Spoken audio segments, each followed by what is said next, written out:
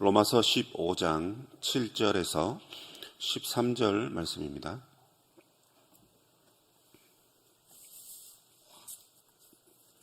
(7절부터) 13절 말씀을 교독하겠습니다. 그러므로 그리스도께서 우리를 받아 하나님께 영광을 돌리심과 같이 너희도 서로 받으라. 내가 말하노니 그리스도께서 하나님의 진실하심을 위하여 할례의 주종자가 되셨으니 이는 조상들에게 주신 약속들을 견고하게 하시고 이방인들도 그 긍휼하심으로 말미암아 하나님께 영광을 돌리게 하려 하심이라. 기록된 바 그러므로 내가 열방 중에서 주께 감사하고 주의 이름을 찬송하리로다 함과 같으니라. 이로 이르되 열방들아 주의 백성과 함께 즐거워하라 하셨으며 또 모든 열방들아 주를 찬양하며 모든 백성들아 그를 찬송하라 하였으며 또 이사야가 이르되 이새의 뿌리 곧 열방을 다스리기 위하여 일어나시는 이가 있으니 열방이 그에게 소망을 두리라 하였느니라.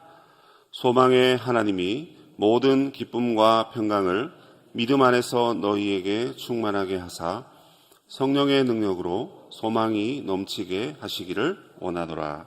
아멘. 요즘 현대인들이 가장 힘들어하는 것들 중에 하나가 대인관계 또는 인간관계라는 것을 아마 대부분 잘 아실 것입니다. 그런데 이런 생각을 해보았습니다. 100년 전 이 땅에는 주로 양반들보다 노비나 상인들 또는 중인들이 가득했겠죠.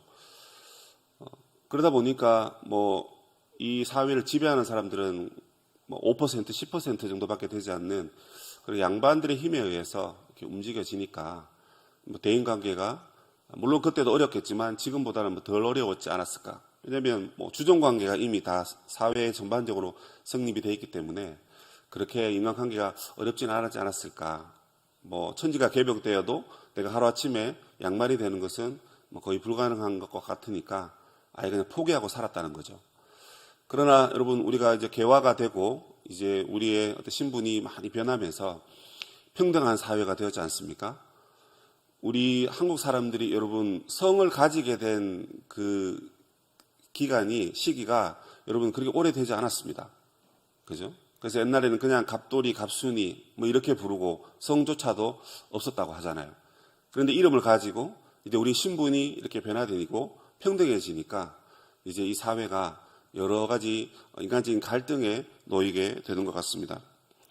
그래서 오늘날 많은 사람들이 평등하다 하지만 보이지 않게 항상 이 주종관계가 성립되기 때문에 인간 사회에서는 항상 갈등과 문제가 일어나기 마련인 것입니다. 그런데 오늘 본문에 보면 바울은 특별히 그 사람 사는 사회 가운데 일어나는 갈등들이 있는데 신자들 간에 일어나는 갈등을 다루고 있어요. 신자들 간에 그 갈등이 일어날 때 그 문제를 어떻게 해결해야 되는가? 오늘 본문에 보니까 서로 받으라 이렇게 되어 있습니다. 이 받으라라는 말은 영접하라는 것입니다. 받아들이라는 거고요. 그냥 멀뚱히 쳐다보지 말고 그 사람을 아주 뜻깊게 맞아주고 환영해라 이런 의미입니다. 조금 더 찾아보니까 이거 음식을 같이 먹는다 이런 표현까지 들어있더라고요. 그러니까 서로를 받아주라 하는 것은 밥 먹는 사이가 될 정도로 친근한 어떤 서로 간의 영접이 상호 의존하는 그런 관계를 형성해야 된다. 그 말을 하고 있는 것입니다. 그러나 앞서 14장 1절에 가보시면 믿음이 연약한 자를 너희가 받되 이렇게 되어 있습니다. 그때는 강한 자에게 말했어요. 강한 자들아 너희들이 믿음이 연약한 자들을 받아주어라 이렇게 얘기했습니다. 그런데 이것이 1차적인 바울의 권면이었다면 이제 건강한 공동체를 위해서 바울은 서로가 서로를 받아주라 그렇게 얘기합니다. 나는 약한 사람이니까 강한 자들이 무조건 나를 받아줘야 돼. 그렇게 기다리고 있지 말라는 거예요. 약한 자들도 강한 자들의 말을 듣고 강한 자들도 약한 자들의 말을 듣고 서로가 이렇게 가까워지고 서로가 서로를 받아줘야 된다는 것입니다. 용납하고 친교를 가지라는 것이죠. 당시 여러분 교회는 유대인과 이방인들이 예수를 믿고 있었습니다. 그런데 여러분 여기 나온 강한 자들이 누구일까요? 우리가 그냥 성경을 잘 안 보면 강한 자들 유대인들이지 약한 자들 이방인들이지 이렇게 해석을 해버립니다.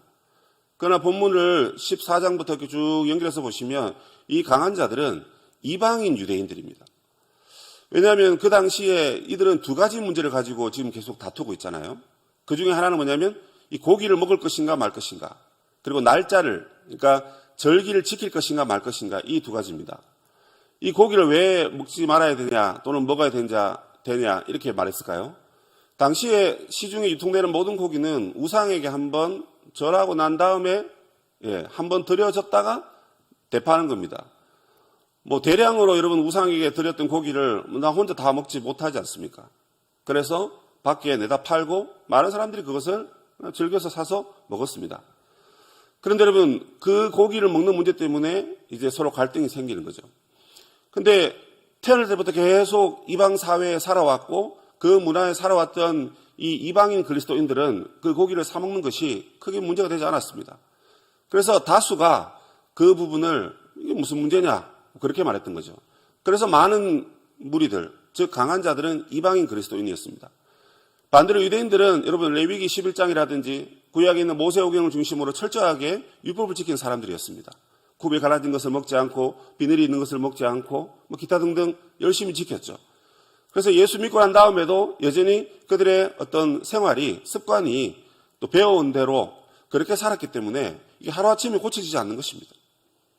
그래서 서로가 서로를 용납하라까지 이야기가 번져나가는 것입니다. 그런데 오늘 본문의 핵심은 서로가 서로를 받고 영접하고 용납하되 예수 그리스도를 본받아서 너희도 서로 받아라 이렇게 말씀하고 있어요. 본문 7절을 보십시오. 그러므로 라고 얘기하면서 이 단락의 이제 핵심적인 결론을 요약하면서 내고 있는 것입니다. 그리스도께서 우리를 받았다는 것입니다. 주님이 우리를 영접해 주셨다는 거고 주님이 우리에게 다가와 손 내밀어 주셨다는 것입니다. 우리는 주님의 그 은혜와 사랑을 받기에 합당한 자였습니까? 주님이 우리를 위해 십자가를 지신 것은 당연한 것이고 그것이 곧 우리의 의이고 그것이 우리에게 꼭 필요한 것이었죠. 그런데 여러분 그것이 정말 주님이 값없이 그렇게 하셨는데 우리 당연히 그것을 받아도 되는 사람들이었나요? 그렇지 않았습니다. 우리는 범죄했고 하나님을 사랑하지 못했고 우상을 숭비는 그런 자들이었습니다. 너는 나 외에 다른 신들을 내게 있게 하지 말라. 그 일계명이 여러분 우리가 우상을 숭배하면 안 된다. 다른 신들을 섬기지 마라. 다른 신 앞에 하나님을 두지 말고 다른 신 옆에 하나님 앞에 다른 신을 두지 말고 그리고 하나님 옆에도 다른 신을 두지 말라는 것입니다. 그런데 여러분 우리가 적극적으로 이 계명은 사실은 반대로 읽어야 더 의미가 다가옵니다. 너는 다른 신들을 내게 두지 말 뿐 아니라 하나님만 열렬히 예배하라는 것입니다. 그런데 여러분 우리가 그렇게 하지 않았지 않습니까? 그런데도 예수님께서 그런 우리를 구원하시려고 우리를 받아주셨다는 것입니다. 그 예수 그리스도의 본을 받아서 여러분들도 서로 용납하십시오. 믿음이 강한 이방인 그리스도인이여 저 유대인들을 불쌍히 여기시오. 그리고 일찌감치 철저한 유대 교육을 받았던 이 유대인 그리스도인들이여 저 이방인 그리스도인들을 불쌍히 여기소서 이렇게 서로를 받아들이라 그렇게 말합니다. 좀 더 나아가서 바울은 여러분 예수님처럼 너희들도 서로 받아라 했는데 예수님이 여러분 무엇을 하셨습니까? 8절에 보시면 그리스도께서 할례의 추종자가 되셨다 이렇게 되어 있습니다. 예전 번역에 보면 할례의 수종자가 되었다 이렇게 되어 있습니다. 이 추종자라는 것은 뭔가 이렇게 좀 좀 따라가는 그 추종하는 그런 느낌이죠. 근데 이제 수종한다라는 것은 떠받들고 헌신하고 그죠? 그런 의미입니다. 둘 다 의미가 좀 자세히 다가올지 모르지만 핵심이 무엇이냐면 예수님께서 친히 유대인의 몸으로 이 땅에 오셨다는 것입니다. 예수님이 친히 할례를 받으시고 유대인들의 구원을 위해서 일하셨다는 것입니다. 유대인들의 구원을 위한 일꾼, 심지어 유대인의 구원을 위해 종으로서 섬기기 위해 예수님이 이 땅에 오셨다는 것입니다. 왜 그렇게 하셨죠? 그것은 바로 하나님의 진실하심을 위하여. 무슨 말입니까? 내가 유대인의 가문 가운데 다윗의 후손 가운데 너희들을 구원하는 메시아를 보내주시겠다라고 하나님이 수차례 예언하셨습니다. 약속하셨습니다. 사람의 예대로 말해도 사람이 약속을 하면 약속을 지켜야 되고 그 약속을 지킴으로 자기 인격이 거기에 반영이 되는 겁니다. 그런데 심지어 하나님께서 하나님 자기 이름을 걸고 메시아에 대한 약속을 하셨는데 그것을 만약에 지키지 않으면 하나님이 하나님 되실 수가 없는 겁니다. 그런데 예수님께서 하나님의 뜻을 받들어 할례에 수종드는, 즉 유대인들의 구원을 위해 일하시는 그 일꾼으로, 그 종으로 이 땅에 오셨기 때문에 하나님의 진실하심, 다른 번역으로는 하나님의 신실하심을 증명하신 것입니다. 자, 그렇다면 여러분 이 얘기를 들었을 때 이방인 그리스도인들이 어떤 마음을 가져야 될까요? 저 유대인이라 하는 사람들이 이 고기를 그렇게 믿음이 없어가지고 못 먹고 말이야, 뭐 이렇게 비판을 하고 있는데 바울의 얘기를 들어보니까 근데 바울의 말도 맞다. 예수님이 유대인들의 구원을 위해서 이 땅에 오셨는데 저 유대인들을 우리가 비난하고 비판하고 정죄하면 그건 옳지 않지. 그런 느낌이 드는 것입니다. 그런 마음이 들라고 바울이 지금 유대인들을 살짝 높이고 있는 거예요.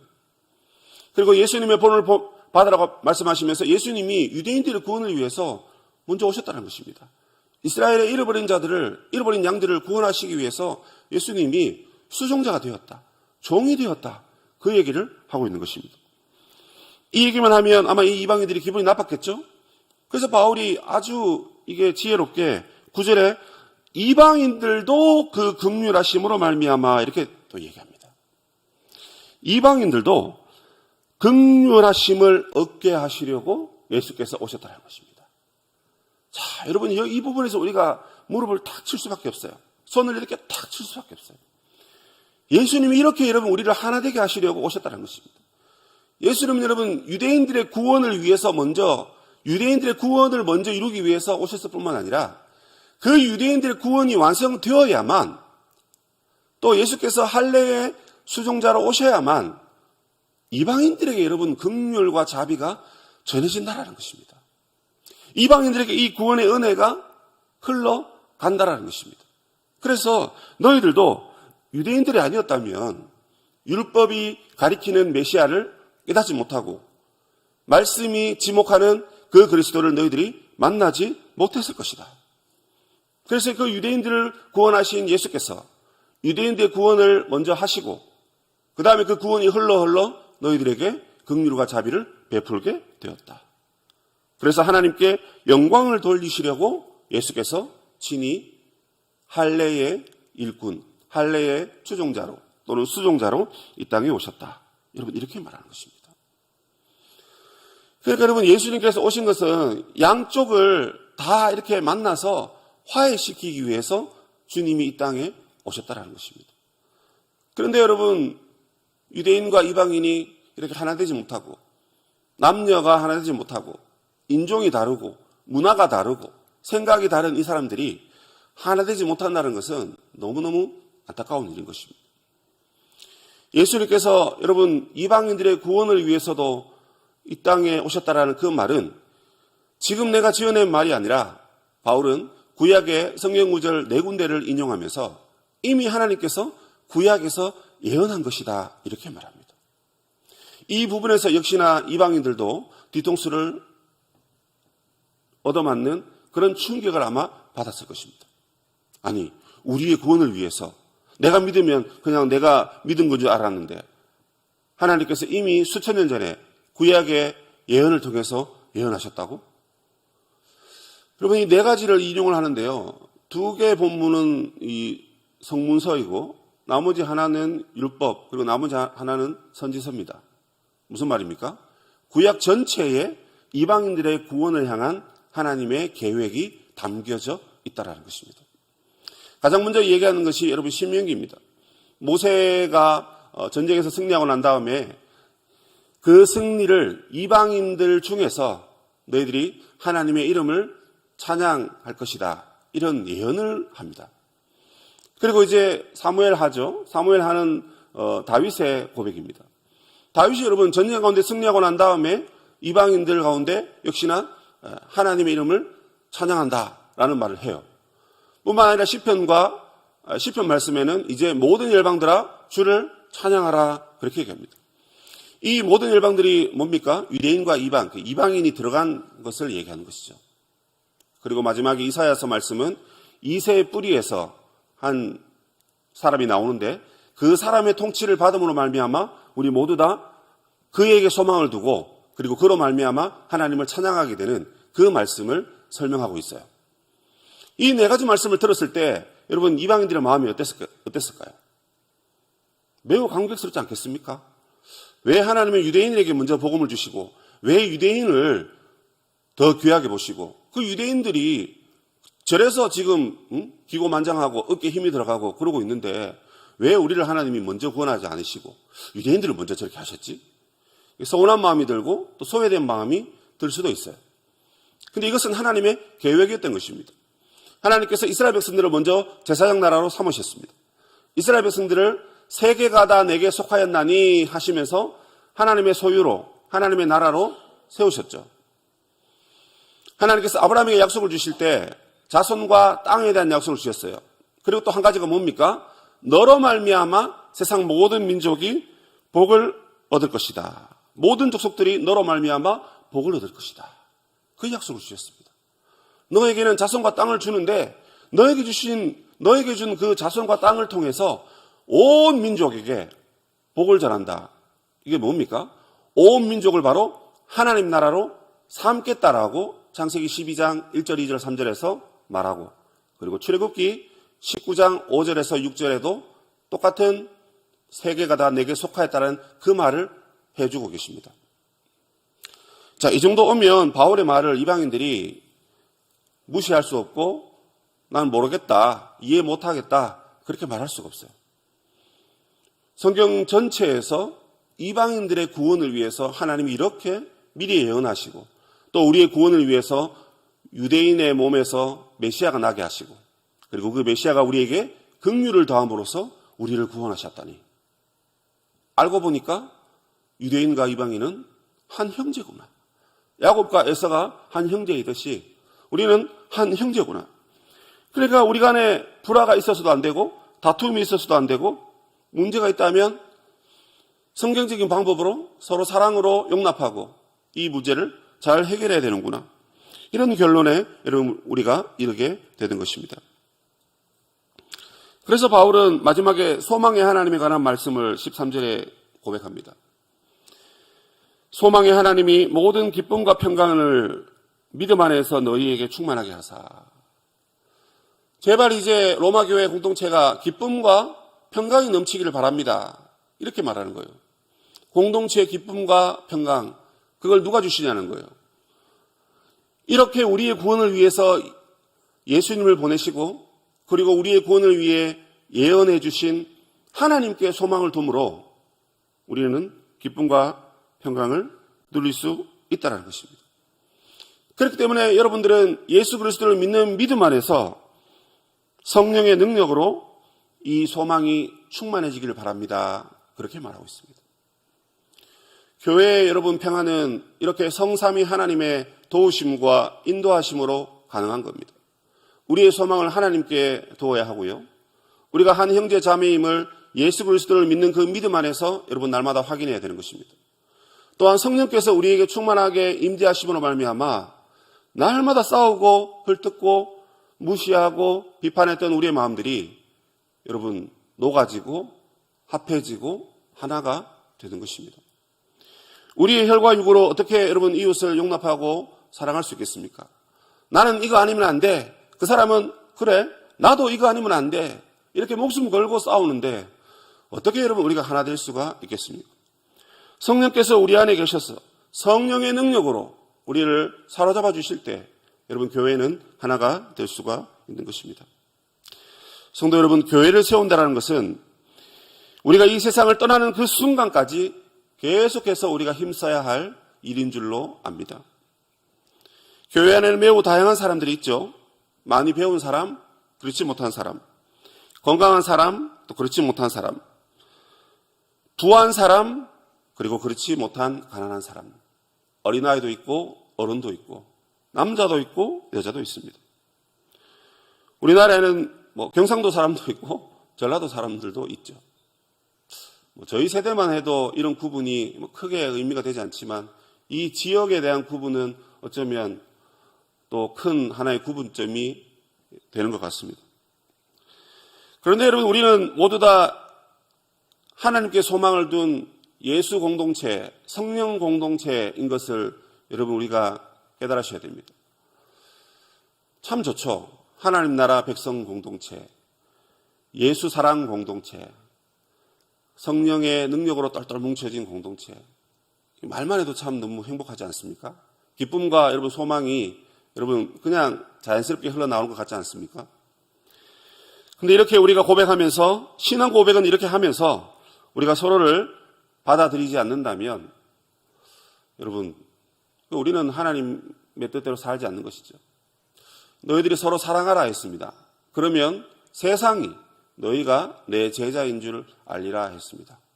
세상이 변화되지 않는 것은 우리가 제자로 살지 않기 때문이고, 우리가 제자가 되지 못하는 것은 어쩌면 우리가 서로 사랑하지 않기 때문인 아닌지 우리가 자신을 돌아봐야 할 것입니다. 인생이 주는 여러분 즐거움 중에 최소한 절반 이상은 사람과의 관계가 행복할 때 주어진다고 저는 그렇게 믿습니다. 그래서 가능하면 다투지 않고, 그리고 내가 비록 싫지만 그것을 인정하고 도와주고, 그런 것들이 인간관계에 참 중요한 것 같아요. 오늘 이 새벽에 여러분 이 말씀을 여러분 마음에 새기셨다면 우리 함께 이렇게 기도했으면 좋겠습니다. 주님, 우리가 서로를 받아들이라고 했는데 저 사람이 저렇게 했기 때문에 안 받아들여지는 거니까 저 사람의 마음을 바꿔주세요. 이렇게 기도하지 말고, 주님, 나의 고집과 아집 때문에, 나의 교만 때문에, 나의 자존심 때문에 그 사람과 함께 하나 되지 못한 부분이 있다면 성령의 능력으로 주님 내 마음을 바꾸어 주시고 주님의 은혜 안에서 이제 서로를 받아들이는 교회 공동체, 예수의 몸된 교회가 되게 해 주시옵소서. 이렇게 함께 기도하시는 우리 성도님 되시기를 주님의 이름으로 축복합니다.